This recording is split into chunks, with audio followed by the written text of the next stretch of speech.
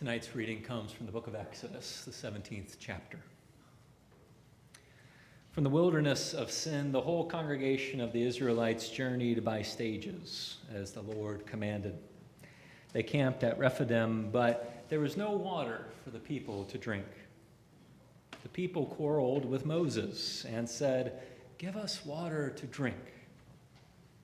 Moses said to them, "Why do you quarrel with me? Why do you test the Lord?" But the people thirsted there for water, and the people complained against Moses and said, "Why did you bring us out of Egypt? To kill us and our children and livestock with thirst?" So Moses cried out to the Lord, "What shall I do for this people? They are almost ready to stone me."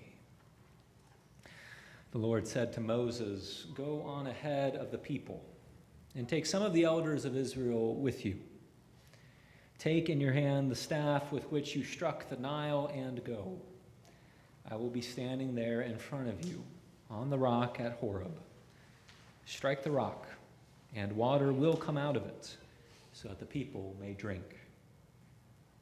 Moses did so in the sight of the elders of Israel. He called the place Massah and Meribah, because the Israelites quarreled and tested the Lord, saying, "Is the Lord among us or not?" This is the word of the Lord. Thanks be to God. Whenever the texts about the Israelites in the wilderness come up, my mind always goes to wonderfully honest comments from many a Bible study participant on these texts. After reading passages about how the Israelites grumble and oftentimes go their own way, I have often heard comments like, "What's their deal? Why are they such bad listeners? Why can't they just get their act together and follow God?" Now, when I'm being a good pastor, I offer up a response like, "Wouldn't that be nice? I see in these passages a lot of humanity in it too. We all struggle with listening and following through on the will of God. We and the ancient Israelites aren't all that different, I think. What do you think?" When I'm being a more sassy pastor, I confess that I respond to those questions like, "What's their deal?" with something like, "Have you looked in the mirror lately?" I certainly see myself there in the text, and maybe you might too. Indeed, the story of the Israelites is our story. The story of the Israelites stretches over 400 years, according to Exodus 12:40. A quick summary of this text, that over the centuries, the ancient Israelites had become feared, scapegoated, subjugated, and enslaved by the Egyptians. And then, after the Lord hears their groans and their cry and their oppression, the Lord moves through a series of amazing wonders and fearful plagues and the persistence of faithful everyday people to compel Pharaoh and the Egyptians to release their enslaved laborers. And thus the people were brought out from under the boots of imperial oppression and were brought out by God into a new space, into the wilderness. The wilderness occupies a special place within the biblical narrative. Anytime the wilderness shows up, whether it be a desert or a deserted place without all the comforts of home, the wilderness signifies a place where struggles happen, yes, but even more than that, the wilderness is this space where God consistently shows up. And because of God's presence in the midst of that challenging space, lives are changed. The ancient Israelites in the biblical narrative are said to have spent 40 years in the wilderness. One may wonder, why such a long time? I personally agree with the take from some scholars that this wilderness era was intended to be simultaneously an unlearning and relearning time and space. These folks spent 40 years in the wilderness with God after having spent over 400 years being enslaved. They had experienced centuries of being told that their worth is only bound to what they produce, Generations of people and their children and their children's children have been told that they were lesser, that they were only good for being cogs in the building machine of Pharaoh's various building projects.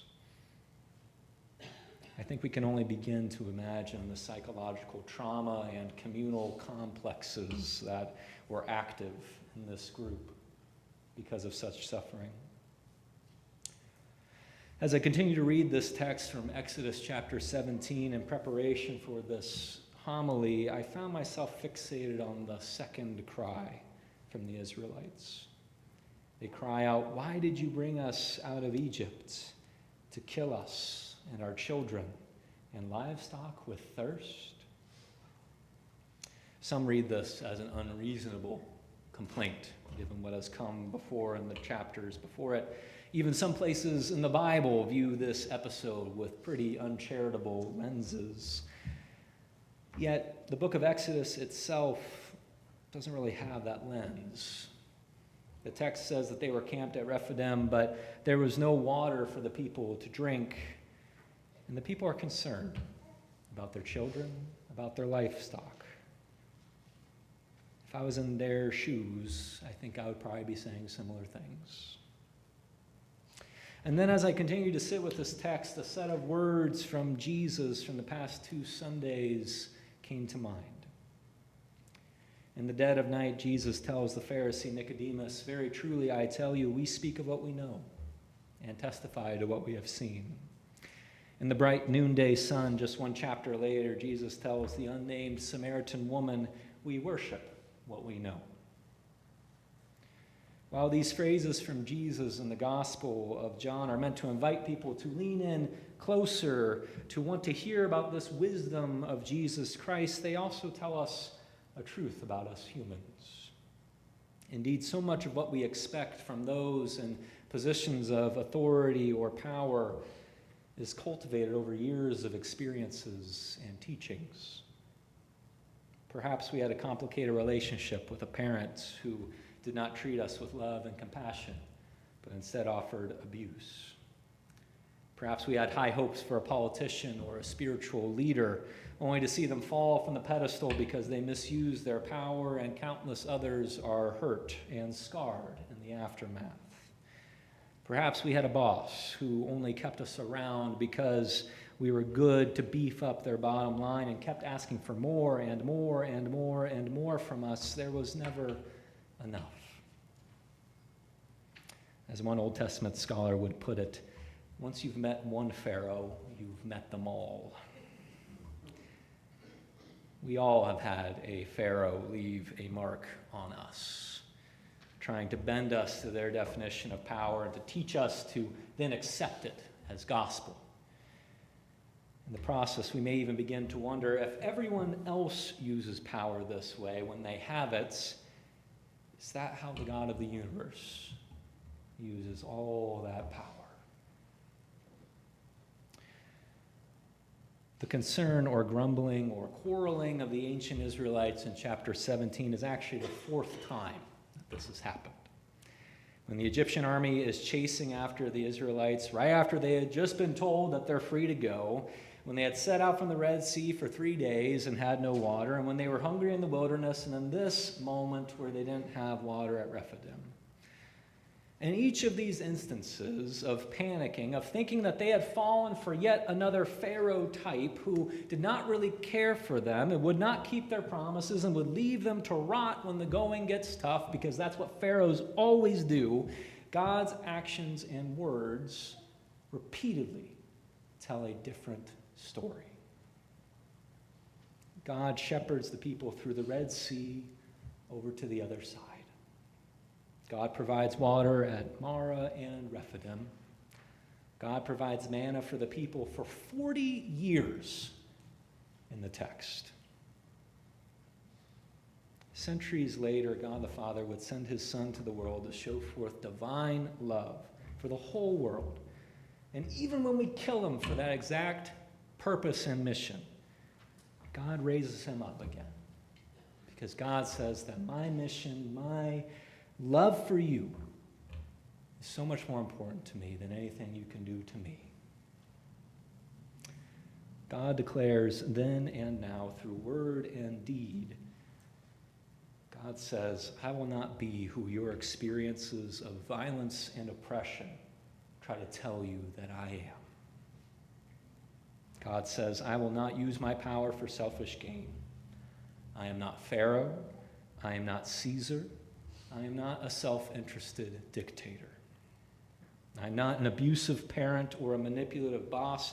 I am the Lord your God who loves you and cares for you and is with you.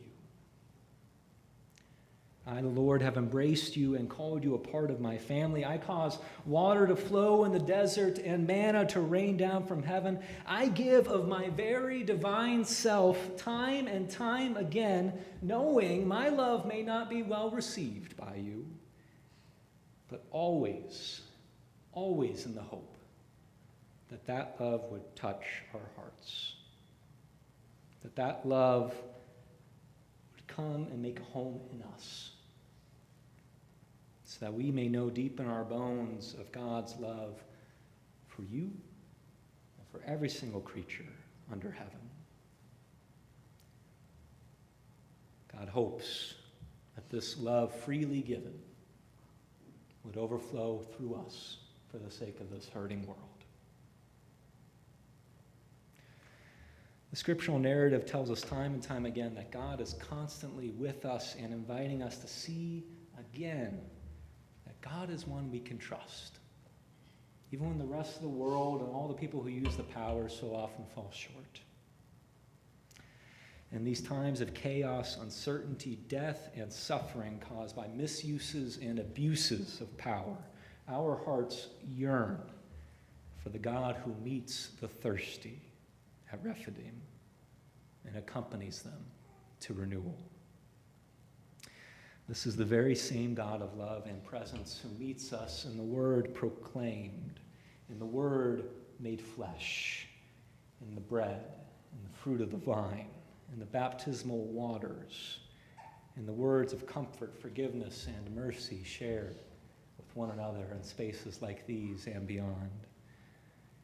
In the wilderness of our life, when we ask that human question, is the Lord among us or not? May the Spirit guide us to see God showing up in ways expected and unexpected. May this ever-present, ever-compassionate God guide not only what we know and how we worship, but most of all, guide how we show up in this hurting world. Thanks be to God. Amen.